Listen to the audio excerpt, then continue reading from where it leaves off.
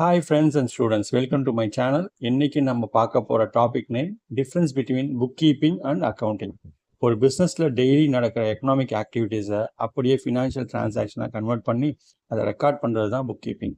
Example, நம்ம ப்ராடக்டை sale பண்ணியிருக்கலாம், ரா மெட்டீரியல்ஸை பர்ச்சேஸ் பண்ணியிருக்கலாம், எலக்ட்ரிசிட்டி பேமெண்ட் பண்ணியிருக்கலாம், அண்ட் தென் ரிசிப்ட் கமிஷனாக ரிசிப்ட் பண்ணியிருக்கலாம். எல்லாமே ப்ராப்பராக நோட் எடுத்து வைக்கிறது தான் புக் கீப்பிங். ரொம்ப ஈஸியாக அண்டர்ஸ்டாண்ட் பண்ணிக்கணும்னா இது உங்கள் பிஸ்னஸோட ஃபினான்ஷியல் டைரின்னு ஞாபகம் வச்சுக்கோங்க. And then coming to the அக்கௌண்டிங்னா நம்ம எழுதி வச்ச டேட்டாவை அப்படியே எடுத்து ரெக்கார்ட் பண்ணோம் இல்லையா, அந்த ரெக்கார்டு டேட்டாவை அப்படியே எடுத்து அனலைஸ் பண்ணுறதுக்காகவும் இன்டர்பிரேட் பண்ணுறதுக்காகவும் அண்ட் தென் ரிப்போர்ட்ஸ் ப்ரிப்பேர் பண்ணுறதுக்காகவும். அனலைஸ்னால் என்ன அப்படின்னு பார்த்தீங்கன்னா தமிழில் பகுப்பாய்வு செய்வதல், இன்டர்பிரேட் அப்படின்னா அர்த்தம் கண்டறிதல், அண்ட் ரிப்போர்ட் ப்ரிப்பரேஷன் அப்படின்னா அறிக்கை தயாரித்தல். இதனால நமக்கு என்ன யூஸு? இது மூணுமே நம்ம பண்ணுறோம். இதனால நமக்கு என்ன யூஸு? ஒரு பிஸ்னஸ் பர்ஃபார்மன்ஸ் எப்படி இருக்குன்னு ஈஸியாக கண்டுபிடிக்கலாம். ப்ராஃபிட்டில் இருக்கா, லாஸில் இருக்கா, எந்த அளவுக்கு இருக்குது அப்படின்றத புரிஞ்சிக்க வைக்கிறது இந்த அக்கௌண்டிங் தான். சிம்பிள் ஃபார்முலா: புக் கீப்பிங்னா டேட்டா ரெக்கார்ட் பண்ணுறது, அக்கௌண்டிங்னா அந்த டேட்டாவை யூஸ் பண்ணி டிசிஷன் எடுக்கிறது.